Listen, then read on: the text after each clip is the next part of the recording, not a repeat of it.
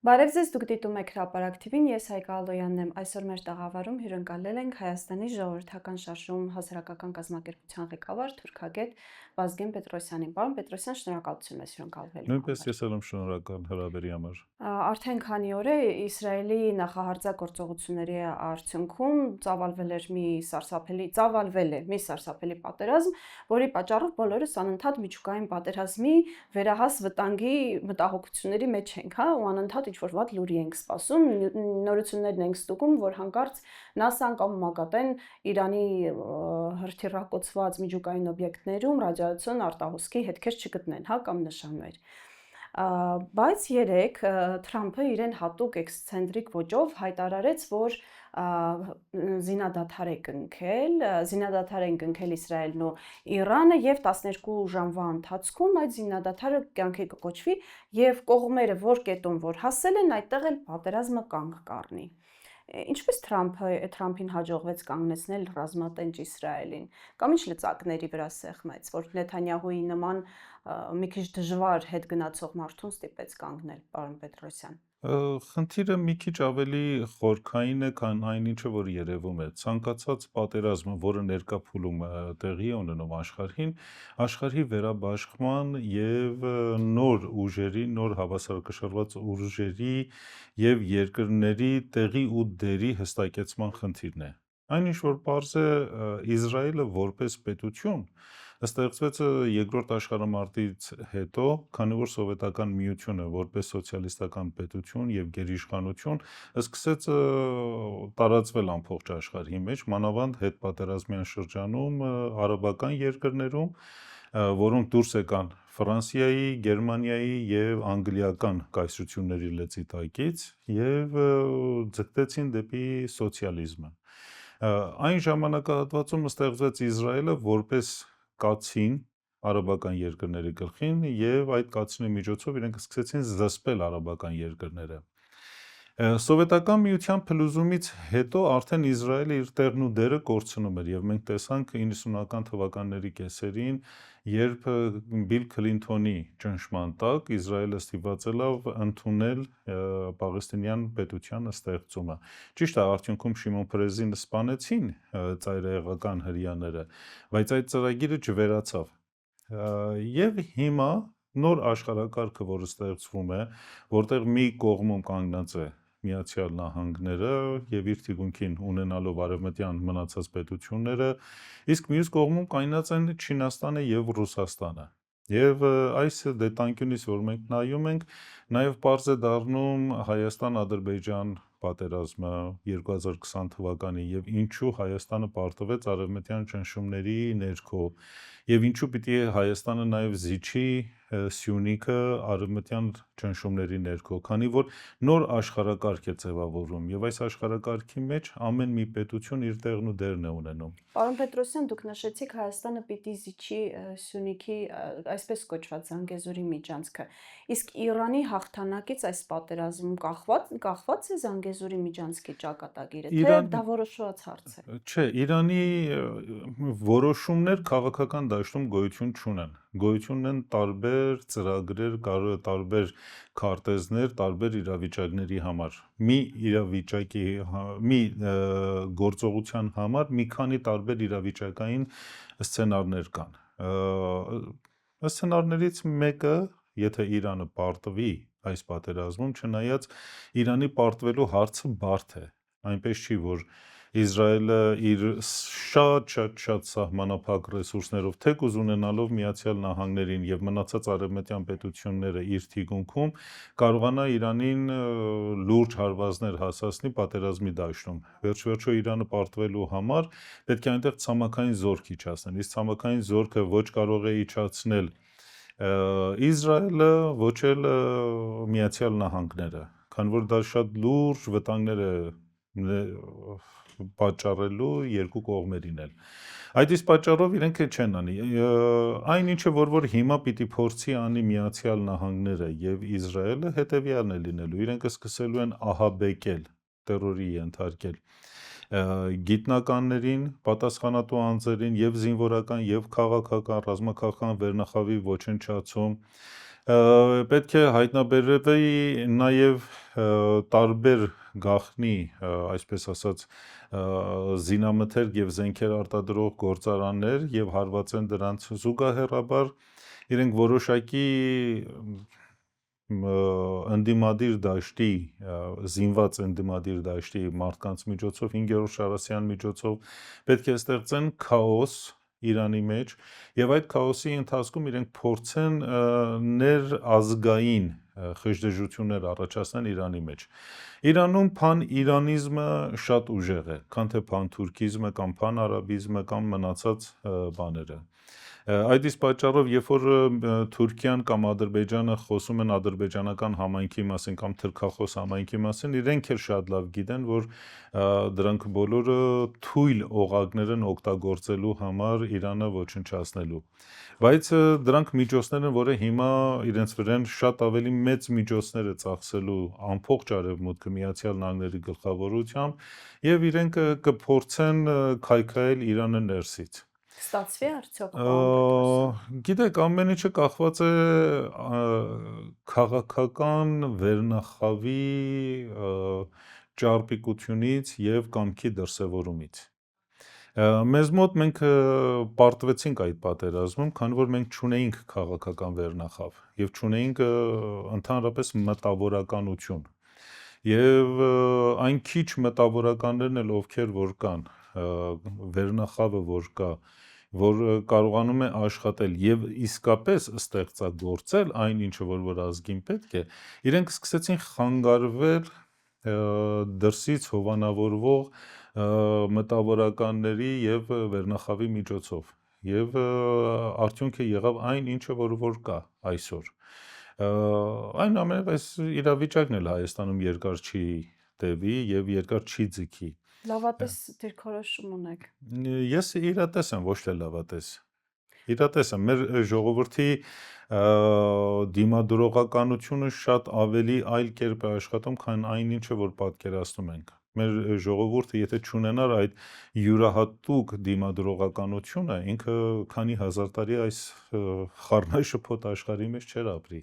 եւ այստեղ չէինք հասնի մենք։ Իդեպ, պարոն Պետրոսյան, կուզենայի խոսել նաև հայկական կողմի դիրքորոշման մասով։ Արդյոք դա բավական էր Իրանի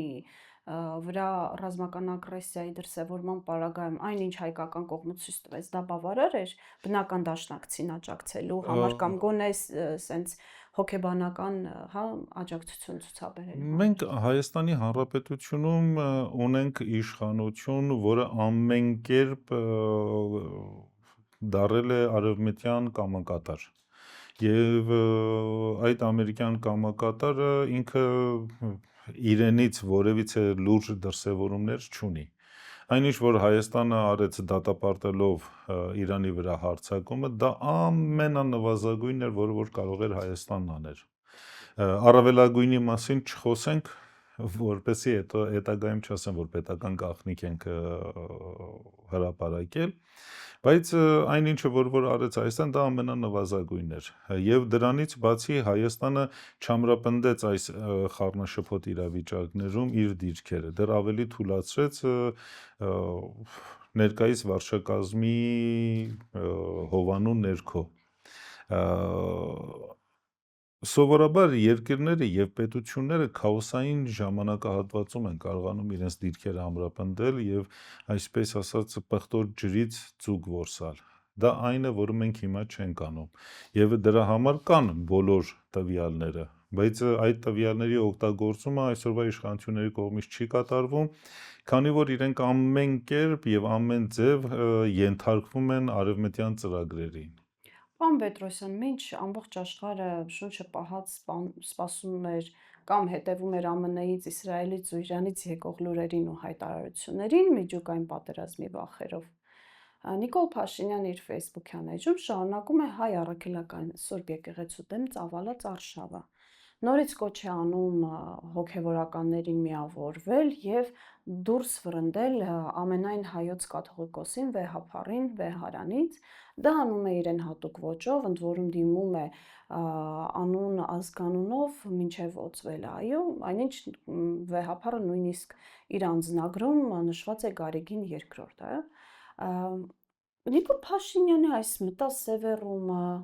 համառությունը եկեղեցու դեմ արշավը, ինչով է պայմանավորված։ Խորքային նպատակը կաթողիկոսին հեռացնելն է, թե այստեղ այլ նպատակ կա։ Խնդիրը գիտեք ինչումն է։ Նիկոլը այսօր ունի մեկ խնդիր՝ իր կաշին փրկելը։ Ինքը այլ խնդիր չունի։ Ինքն էլ շատ լավ գիտի, որ դավաճան է, եւ դավաճանելը հայ ժողովրդին, դավաճանելը Հայաստանի Հանրապետությանը, եւ քանի որ Հայաստանի զինված ուժերը կառավարվում են եւ ուղղորդվում են ուղղակիորեն Միացյալ Նահանգների, Ֆրանսիայի եւ Անգլիայի կողմից, իր կյանքը ապահովված է։ Իսկ եթե նրանք դադարեն, իր կյանքը արդեն դառնալու է դժոխք եւ ոչ միայն իրը։ Այդ իսկ պատճառով Նիկոլի համար շատ կարևոր է եւ նաեւ արևմտյան պետությունների համար շատ կարևոր է, որ Նիկոլը 2026 թվականին վերընտրվի։ Այդ իսկ պատճառով իրենք կիրառում են քաղաքագիտության մեջ խաղերի տեսության հայտնի տեսություններից մեկը, որը կոչվում է պարտվելով հաղթել։ Սա այն պարագայում է կիրառվում, երբ որ դուք տեսնում եք դիմացին հնարավորությունները շատ քիչ են հաղթելու ընտրությունների ընթացքում, դուք սկսում եք մի խաղ, որի արդյունքում հասարակ ժողովրդի ենթագիտակցության մեջ տպավորություն է ստեղծվում, որ տվյալ անձը անպարտելի է եւ անհաղթահարելի է եւ ինքն է ամենաուժեղը։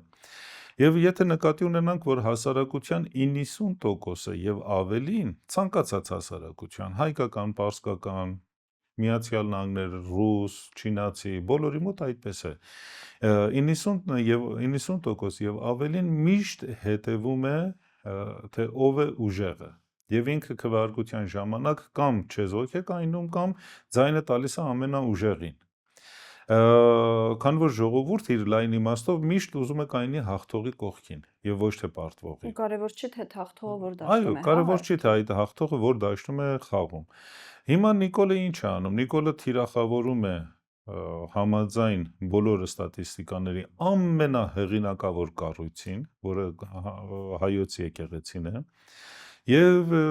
փորձում է իր ամենացածր վարկանիշով հարվածել ամենաբարձր վարկանիշ ունեցող կառույցին։ Եվ այսպես ինքը ինչ է անում, ստեղծում է մի խառնաշփոթ եւ տարածում է ամենամեծ ստերը, քանի որ Նիկոլը եւ իր ուսուցիչները շատ լավ գիտեն, ինչքան սուտը մեծ է լինում, այդքան հավատալը ավելի հեշտ է լինում։ Գեբելսի տեխնոլոգիան։ Այո, եւ բացի այդ իրենք տարիներ ի վեր 30 տարուց ավել արևմտյան տարբեր լրատվամիջոցներ, որոնք եւ հայկական լրատվամիջոցները, որոնք սնվում են արևմուտքից, իրենց կողքին նաեւ հասարակական կազմակերպությունները, բավականին մեծ քանակությամբ կիսաճշմարտություններ են տարածել հասարակության մեջ եւ հասարակությունը ապակողմնորոշված է։ Եվ այդպիսի պարագայում ինքը սկսում է խառնաշփոթ քաոսի մեջ ընկնել եւ այդ քաոսային վիճակում, երբ տեղի ունենա ընտրությունները, ինքը նորից կընտրի Նիկոլին, քանի որ Նիկոլը ամենաանհաղթն է։ Նույն տեսակետի մեջ է Սամվել Կարապետյանին հարվածելը եւ իրեն ձերբակալելը, որպես ինքը ցույց տա, որ ինքը բեսպրիդել է։ Չզարմանաք, որ վաղ չեմ իսօր նմանատիպ իրադարձություն տեղի ունենա նաև Գազպրոմի հետ, նաև մնացածի հետ։ Եվ ինքը պիտի ցույց տա, որ Հայաստանի ամենաուժեղ տղամարդը ինքն է եւ իրենից բացի ուրիշ մարդ չկա։ Ժպտում եք, բայց դա իրականություն է։ Դա իրականություն է, քաղաքագիտության մեջ դա տեխնոլոգիա է, որը որ կիրառվում է։ Երկրորդ տեխնոլոգիան, որը որ զուգահեռաբար կիրառվում է Հայաստանում, հետևյալն է, որ տարբեր քաղաքական կազմակերպություններ եւ շարժումներ ստեղծվեցին 2020 թվականի պատերազմից հետո, որոնք նորից ուղղորդվեցին արևմտյան ուժերի կողմից եւ իրենց հիմնական նպատակը նա էր, որ առանց ծրագրի, առանց որևիցե հստակ նպատակ սահմանելու, միայն հանուն այն, որ Նիկոլը չլինի իշխանության, իրենք եկան հրապարակ։ Եվ իրենք այդպես ժողովրդի մոտ տապալեցին հույսի եւ հավատքի այդ նշմարները, որ առաջացան։ Եվ ոչնչացրեցին պայքարի այդ ամբողջ հոգեբանությունը, որ կար ժողովրդի մեջ։ Երբ որ ժողովուրդը ինքը հիասթափվում է ամեն ինչից, արդեն իր համար մեկ է թե ով է իրեն ղեկավարում։ Ինքը ասում է թող Նիկոլը չլինի, թող նախկինները չլինեն, այս չլինեն, այն չլինեն, թող թուրքը գա եւ ղեկավարի։ Ճիշտ այնպիսի իրավիճակ, որը Սերժ Սարգսյանը իր կառավարման ժամանակահատվածում ստեղծեց, որ ժողովուրդը ասում է, որ թող պոլիփետը լինի, թող ուսապարկ լինի, միայն Սերժը չլինի։ Այսինքն այստեղ նորից աշխատում են քաղաքական տեխնոլոգիաները եւ Հայաստանը այդ քաղաքական տարբեր տեխնոլոգիայի կիրառման համար ոչ առաջի պետությունը եւ ոչ էլ վերջի պետությունը։ Այսպիսի իրավիճակներում ժողովուրդը եւ պետությունը դուրս է գալիս տարբեր կիրառվող տեխնոլոգիաների միջոցով։ Այնպես չի, որ մեր վիճակը շատ անհույս է։ Պարոն Պետրոսյան, մեր վիճակի մասին խոսենք, բայց ուզում եմ այս քննադատությունը եկեղեցուն ուղղված նշել, մարդիկ դժգոհում են, որ եկեղեցին զանգերը չի խփում, որ եկեղեցին շատ մեղմ է պատասխանում կամ չի արձագանքում։ Եկեղեցու դիրքավորումը կարծես թե հստակ չէ, մարդիկ կոնկրետ քայլեր են ուզում կամ պահանջում եկեղեցուց։ Եկեղեցու դիրքորոշումը շատ ճշգրիտ է։ Քանի որ երբ որ քո դիմացինը չունի որևիցե կարմիր գծեր եւ իր բերանը կարող է ցանկացած ձևով բացի եւ ափեղ-ցփեղ եւ հիմար կերպով ամեն ինչը սկսի թիրախավորել, այդպիսի մարդու դեմ լռությունը ամենաճիշտ պայքարելու ձևն է։ Նրանք, ովքեր որ ասում են, որ ինչու եկեղեցին զանգերը չի ղողանջեցնում կամ հնչեցնում, եկեղեցին հնչեցրել է։ Ամենայն հայոց կաթողիկոսը 2020 թվականի պատերազմից հետո 2 անգամ պահանջեց Նիկոլ Փաշինյանի հրաժարականը։ Ժողովուրդը կանգնեց եկեղեցու կողքին։ Ոչ։ Արեք անկեղծ լինենք։ Եվ եթե մենք նայում ենք, թե ովքեր են անընդհատ խոսում եկեղեցու զանգերի հնչեցնելու մասին, նույն նրանք են, ովքեր որ ֆինանսավորվում են եւ դրսից կամ Նիկոլի եւ իր քաղաքական ուժի կողմից։ Եթե մարդը մի քիչ տրամաբանություն ունի, մի քիչ, շատ չեմ ասում, եւ ծախված չի, կհասկանա, որ եկեղեցու որդեգրած քաղաքականությունը ամենաճիշտն էր։ Պարոն Պետրոսյան, մեր խոսակցությունը ամփոփելու համար ուզում եմ անդրադառնալ այս հարցին։ Իսկ եկեղեցու կողքը կանգնած քաղաքական ուժերը կան այդպիսի քաղաքական ուժեր։ Ես չեմ տեսնում։ Այսինքն ընդդիմությունը չի պաշտպանում եկեղեցուն։ Հայաստանում ընդդիմություն ունենք։ Այսպես ասենք, տիտղոսակիր ընդդիմությունը։ Տիտղոսակիր ընդդիմությունները իրենք միշտ ծառայում են իշխանություններին։ Դա աքսիոմ է ամբողջ աշխարհում։ Լավ, ինչպես պատասխանել իշխանությանը, որ Նիկոլ Փաշինյանին չհաջողվի վարկաբեկել եկեղեցին։ Դուք չեք կարող։ Իր ձեռն է բոլոր պետական միջոցները, իր ձեռք է մի քանի տասնյակ fake լրատվամիջոցներ եւ իր կողքին է կանգնած ամբողջ արևմտյան տեխնոլոգիան։ Այդպիսի պարագայում պայքարելու ձևը, նորից եմ կրկնում, լռությունն է։ Լռելն էլ է ինքը պայքարելու ձև։ Երբ որ մի քիչ գրահիկ է հնչելու, բայց ամենաճշգրիտ պատկերն է, երբ որ քարավանը քայլում է, հաճող շները շատ են լինում, իսկ քարավանը չի պիտի կանգնի հաճող շների վրան քար նետելով։ Եվ ձեր վերջնական ենթադրությունը Նիկոլ Փաշինյան, Հայ առաքելական Սուրբ եկեղեցի պատերազմ եւ Հայաստանի պետականություն պատերազմում որ կողմն է հաղթող լինելու։ Գիտեք, նախ եւ առաջ պատերազմը, որը Նիկոլը հայտարարել է ամենայն հայոց կաթողիկոսի դեմ, դա պատերազմ չի ամենայն հայոց կաթողիկոսի դեմ։ Դա պայքար է կաթողիկոսական ինստիտուտը վերացնելու։ Քանի որ հայոց եկեղեցին ունի նվազագույնը 1700 տարվա պատմություն եւ իր 1700 տարվա պատմության ընթացքին Նիկոլի նման դավաճաններ շատ են եղել եկել գնացել են։ Մենք ունեցել ենք նաեւ դավաճան կաթողիկոս, որը անի բանալիները հանձնեց։ Բայց այդ ինստիտուտը կարողացավ չեզոքացնել այդ բոլորին։ կաթողիկոսական ինստիտուտի դեմ շատ կայսրություններ են պայքարել, բայց իրենք չեն կարողացել հաղթեն։ Եվ միշտ այդ ինստիտուտը կարողացել է իր դիմադրողականությամբ եւ ճիշտ ու խոհեմ որոշումներով հաղթել։ Նիկոլը, նորից եմ կրկնում, այս պայքարի մեջ ընդամենը ունի մեկ նպատակ՝ վերընտրվի 2026 թվականին եւ ցույց տա, որ ինքը Հայաստանի ամենաուժեղ տղամարդն է եւ ունի համարձակություն ամեն ինչին եւ ամենտեղ հարձակվելու։ Շնորհակալ եմ, պարոն Պետրոսյան, հետաքրքիր զրույցի համար։ Նույնպես։ Հիշեցնեմ, այսօրվա մեր հյուրն էր Հայաստանի ժողովրդական շարժում հասարակական կազմակերպության ղեկավար թուրքագետ Վազգեն Պետրոսյանը։ Ես Հայկա Ալոյանն էի, դուք դիտում եք Հրապարակ TV-ն, հաջողություն։